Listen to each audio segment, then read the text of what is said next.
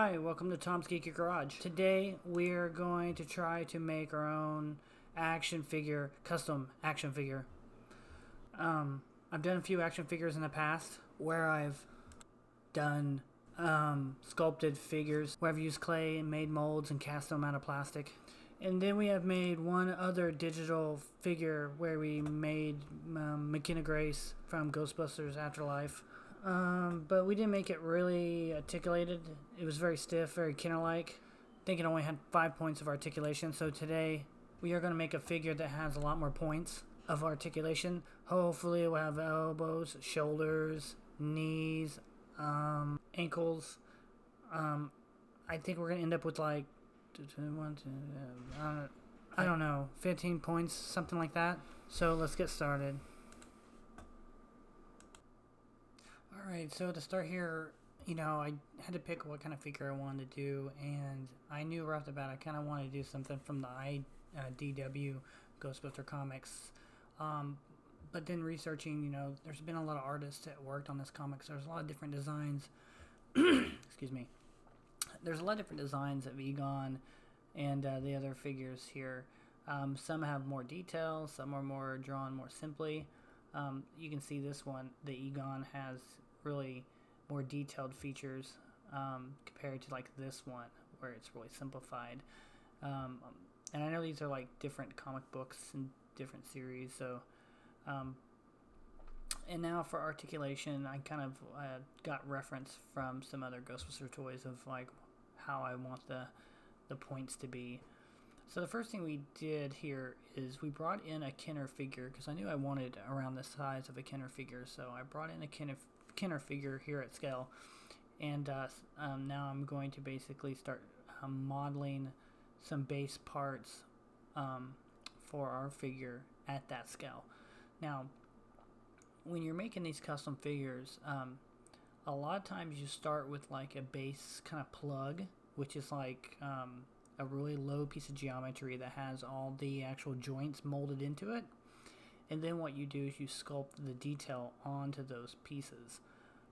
But I don't have a preset figure, so I'm having to make all those joints first before I start any sculpting at all. So that's what you can see me doing here. I'm just basically going through and making all the joints roughly to scale. And it looks nothing like the final figure. The main goal here is just to get the joints made. So you can see kind of some of the hinges. There's some ball joints here, mostly hinges, some swivels. You can see the ball joints with the hips on the back.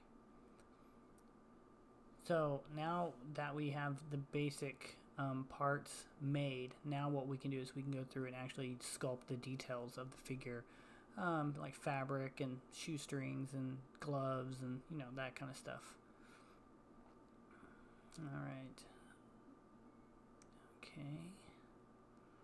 Okay, yeah, this all looks good. And you can kind of see the idea. We stuck a Kenner pack on here for now just for scale, but we'll replace this pack with a more of a movie looking pack. Alright, so now we have that all done. We're going to start sculpting details in. I'm using Cinema 4D here to do the sculpting.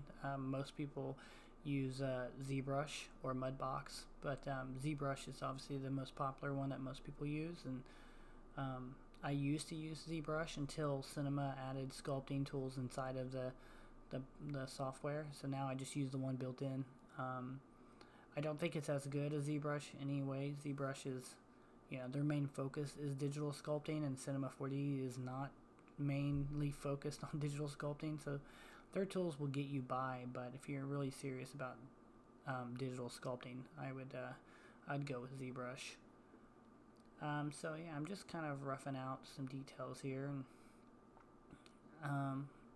I kind of didn't really focus too much on the comic book when I was doing this. I kind of just took a glance at it and then decided to add whatever details I thought would be cool. So here we are. So you can see I just basically will detail one piece at a time. So I started this model on the boot, and then I'll work up to the shin and then the upper leg and work my way up the body here.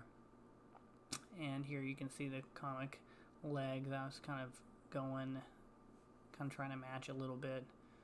I did add a little more detail than the comic book would actually draw. Then I don't think they drew the laces and stuff like that, but I actually just wanted to have all that detail. So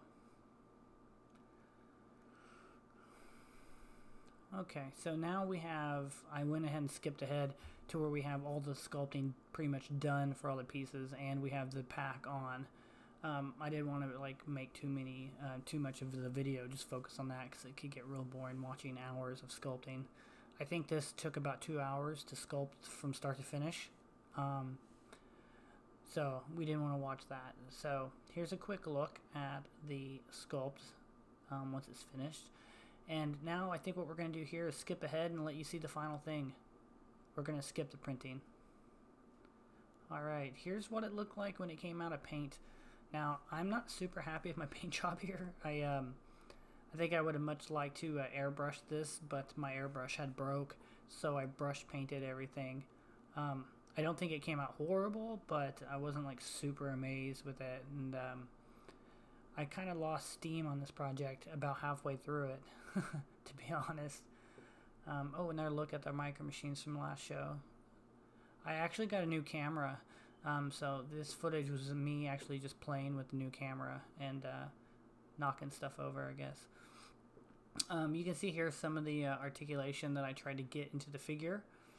Now, one mistake I had made is I tested all these joints before I sculpted, and they worked perfectly. But after I did the sculpting, I actually reshaped some of the hinges a little bit, which actually kind of limited their movement, and that was my bad. And I just really didn't want to go back and really put the time into fixing all of it, so I kind of just made it how it is. And you can see the pack snap on here. The wand does come off and can stick in his hand. I didn't force it in here because it was kind of tight. I didn't want to break it. This is just kind of a prototype. So the hip joints on this guy too are a little loose. I think if I was to go back and fix it, I would change the hip joints to be a little bit bigger diameter, so it's a little tighter. But that's it for